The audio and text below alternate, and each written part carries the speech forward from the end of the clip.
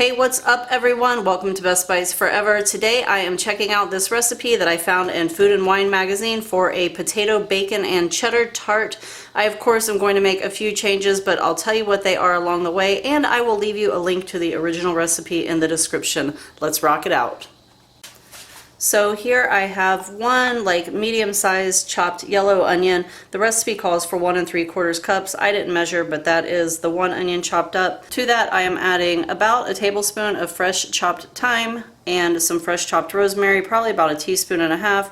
Original recipe is a tablespoon of each. Here I have 6 cloves of chopped garlic and original recipe is 4. So this is all going into my onion mixture. Ooh, don't make a mess.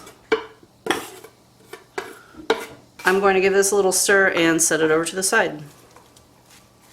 I also have set to the side 2.5 pounds of Yukon Gold potatoes, and these are cut about 1/4 inch thick. I'm going to go ahead and put these over to the side.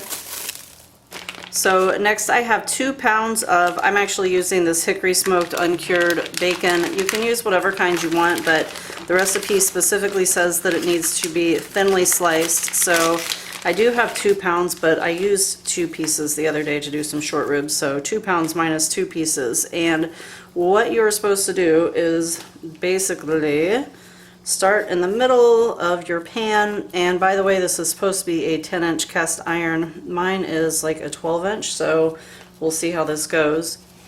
But you're supposed to make a little circle going around with the bacon hanging out. So here it is. This is as good as it's going to get. I could have definitely used those other 2 slices of bacon, but like I said, I used them for short ribs, so whatever. Okay, so now we are supposed to take a teaspoon of black pepper sprinkled along the bottom of this. So here we go. One more. Alright, black pepper sprinkled, and then push down. Actually, you're supposed to push down first, but anywhere your bacon is overlapping to flatten it. Okay, done. Next step is sprinkle about 1/2 cup of cheese onto the bottom.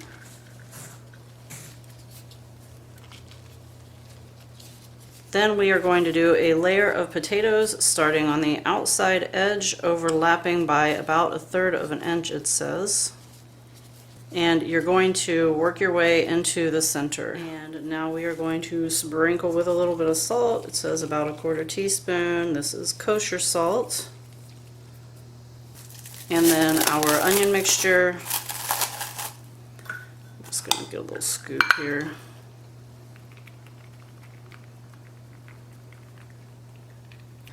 A little bit more pepper. It's going to be peppery, which makes me happy because I love pepper. And we're basically gonna keep doing this like you're making lasagna or something. So another layer of cheese, and by the way, I'm using 8 ounces of a sharp cheddar and 8 ounces of Swiss. The recipe called for 1 pound of white cheddar. Layer of potatoes, and then we'll do salt, pepper, onion mixture, and just keep going. Also, and this is probably important, it says to press down hard in between layers. So I'm just gonna squish that down. Alright. And continuing my layers with the salt, pepper, onion mixture, and so forth. So I ended up with 4 layers of potatoes, and the potatoes ended up being on the top layer. The recipe didn't really specify what you're supposed to end with. Oh crap. Forgot to push down on this layer.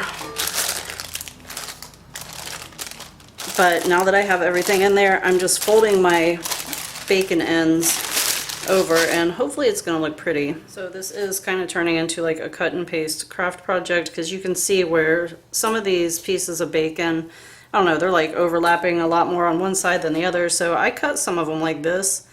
I'm just kind of cheating and tucking these little pieces in there. I don't know how that's going to look when it comes out of the oven, but I'm going to hope for the best.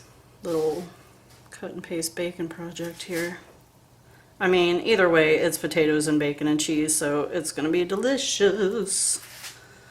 But yeah, we're just going to cover up those little missteps or whatever you want to call them. Gorgeous. This is gorgeous. It's going to be great. So once again, I am just trying this recipe out. So the instructions say we're going to start by putting it into the oven for an hour and a half at 350. But I read the comments. I always read the comments, and a lot of the people are complaining about the bacon shrinking back. So it also does say to put a piece of parchment and then to put a lid on top of that, like a 6-inch small little oven-proof lid. But there are still a lot of people complaining, like even with the parchment. So what I have decided to do is put my little piece of parchment, and then I'm going to put a bigger oven-proof skillet right on top of it, which I feel like is going to hold it a little better. And I'm also going to reduce the heat, I think I already said, to 325 for that first hour and a half, and hopefully that's going to prevent the bacon from pulling back. Also, I do have this on a big sheet pan to catch any of the bacon grease or whatever that will probably end up coming over the side, and to make it easier to get out of the oven. So this is an hour and a half in. It's been in there at 325. I'm going to pull that pan off, and the parchment is sticking to the bottom of that, so that's cool. It is super juicy, baby. So I don't know. Is it supposed to be? Is it not supposed to be? I don't know, because I've never made this, but this is going back into the oven. I am happy because my bacon's looking good. But this is going to go back in the oven for another hour and a half. I'm going to go ahead and take it up to 350, and I'll show you when it comes out. So here this is at the halfway mark of the second hour and a half, and the bacon is getting super brown, so we're going to put some foil over the top.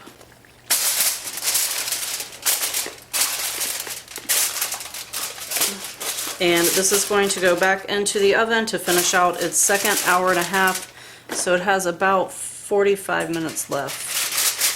So here it is out of the oven, and we went ahead and drained the excess grease out of the pan.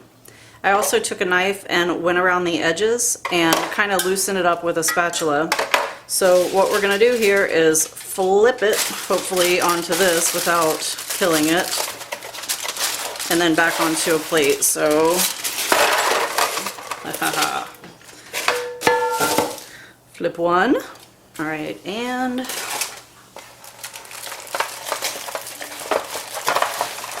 flip two.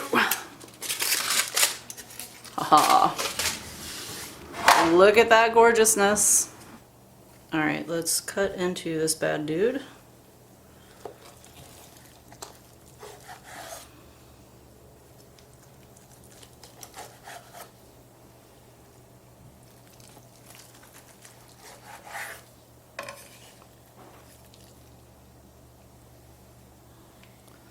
That is sexy.